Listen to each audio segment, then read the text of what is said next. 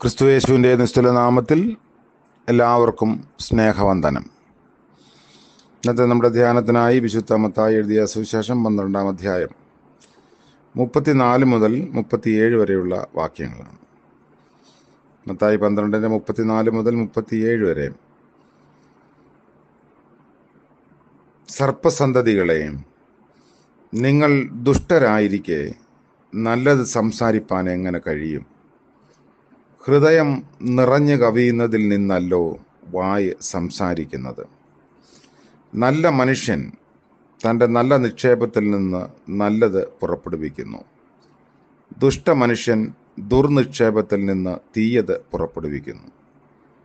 എന്നാൽ മനുഷ്യർ പറയുന്ന ഏത് നിസ്സാര വാക്കിനും ന്യായവിധി ദിവസത്തിൽ കണക്ക് ബോധിപ്പിക്കേണ്ടി വരും എന്ന് ഞാൻ നിങ്ങളോട് പറയുന്നു.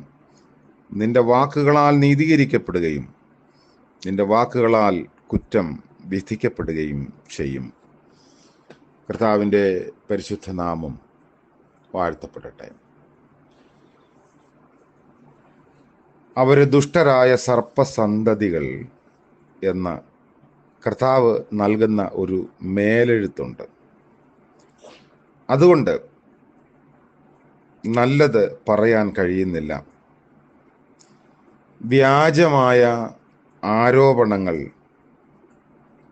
നടത്തുന്നതിന് അവർ നിർബന്ധിതരാകുന്നു. കാരണം കർത്താവ് തന്നെ പറയുന്നു, ഹൃദയം നിറഞ്ഞു കവിയുന്നതാണ് വായിൽ നിന്ന് പുറത്തേക്ക് വരുന്നത്. അതൊരു സാധാരണ യാഥാർത്ഥ്യം തന്നെയാണ്. ഉള്ളിലുള്ളത് എപ്പോഴെങ്കിലും പുറത്തേക്ക് വരും.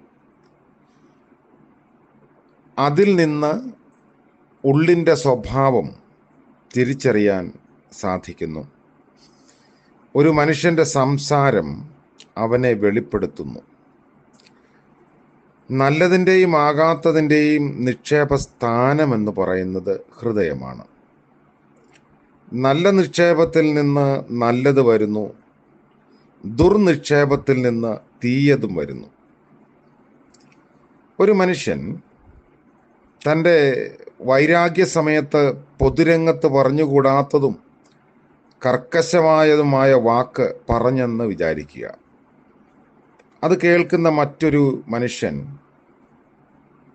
അവൻ്റെ ഹൃദയത്തിൽ അത് സ്ഥിരമായി കുടികൊള്ളുന്നു. മറ്റൊരാളെ മലിനപ്പെടുത്താനും മുറിപ്പെടുത്തുവാനും ഉപയോഗിക്കുന്ന വാക്ക് മടങ്ങി വരുന്നില്ല എന്ന് ഓർത്തിരിക്കണം. അത് ചെന്ന് ചേരുന്ന ഇടത്തൊക്കെയും അടങ്ങാത്ത ശാപവും ദോഷവും ഒക്കെ ഉളവാക്കും.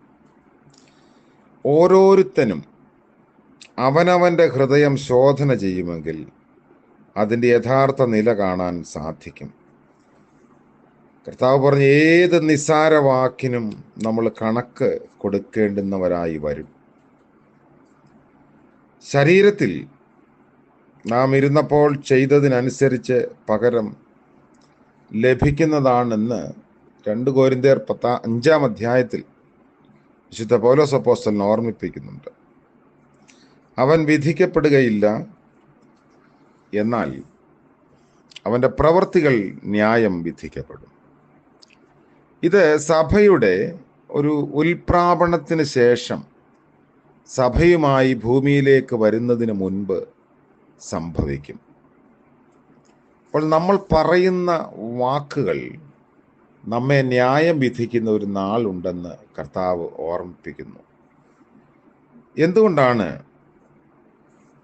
അങ്ങനെയൊരു പ്രതികരണം നമ്മിൽ നിന്ന് വരുന്നത്? അതിൻ്റെ കാരണം നമ്മുടെ ഉള്ളിൽ അതിൻ്റെ വിഷവിത്തുകൾ അല്ലെങ്കിൽ അടിസ്ഥാനമുണ്ട്. അത് പുറത്തേക്ക് വരുന്നു. അതിൽ നിന്ന് നമ്മൾ ആരാണ് എന്ന് ലോകം തിരിച്ചറിയും. അതുകൊണ്ടാണ് കർത്താവ് പറഞ്ഞത്, ഉവ്വ് ഉവ്വെന്നും ഇല്ല എന്നത് ഇല്ല എന്നും തന്നെ പറയാൻ പഠിക്കണം. അതുകൊണ്ട് നമ്മുടെ വാക്കുകളെ സൂക്ഷിക്കാൻ നമുക്ക് സാധിക്കട്ടെ. യാക്കോബ് പറഞ്ഞു, നാവ് ഒരു തീയാകുന്നു. ഒരു ചെറിയ തീ ഒരു കാട് കത്തിക്കുന്നത് പോലെ നമ്മുടെ വാക്കുകൾ കൊണ്ട് വലിയ പ്രശ്നങ്ങൾ ഉളവാക്കാൻ സാധിക്കും. നമ്മുടെ വാക്കുകളെ സൂക്ഷിക്കാൻ, കർത്താവ് പറഞ്ഞതുപോലെ കേൾപ്പാൻ വേഗതയും പറവാൻ താമസവുമുള്ളവരായി കർത്താവിൻ്റെ സാക്ഷികളായിരിക്കാൻ ദൈവം നമ്മളെ സഹായിക്കട്ടെ. അല്ലെങ്കിൽ നമ്മുടെ വാക്കുകൾ നമ്മെ ന്യായം വിധിക്കുന്നൊരു നാൾ വരുമെന്നോർത്ത് വിവേകത്തോടും ഭയത്തോടും അതിനെ ഉപയോഗിക്കാനുള്ള കൃപ നമുക്ക് ലഭിക്കട്ടെ. പ്രാർത്ഥിക്കാം. ഞങ്ങളുടെ വാഴ്ത്തപ്പെട്ട കർത്താവേ, സ്വർഗപിതാവേ, മനോഹരമായ പുതിയ പ്രഭാതം ഞങ്ങൾക്ക് ദാനമായി നൽകിയതോർത്ത് നന്ദിയോടെ സ്തോത്രം ചെയ്യുന്നു. ഇന്നത്തെ പകൽക്കാല ദിവസം ജീവിപ്പാൻ ആവശ്യമായ ബലവും കൃപയും നൽകി അടിയങ്ങളെ കാക്കണമേ. വരാമായിരിക്കുന്ന ആപത്ത് അനർത്ഥങ്ങൾ വിടുവിക്കണമേ. സകല കാര്യങ്ങളും അങ്ങയുടെ സന്നിധിയിൽ സമർപ്പിക്കുന്നു. യേശു മശീഹയുടെ നാമത്തിൽ പ്രാർത്ഥിക്കുന്നു. കൃപയോടെ കേൾക്കുമാറാകണമേ. ആമേൻ. ത്രിയേക ദൈവത്തിൻ്റെ അനുഗ്രഹവും ആലോചനയും കാവലും നമ്മോടും നമ്മുടെ ആവശ്യങ്ങളോടും പ്രാർത്ഥനാ വിഷയങ്ങളോടും കൂടി ഇപ്പോഴും എന്നേക്കും ഉണ്ടായിരിക്കുമാറാകട്ടെ. ആമേൻ.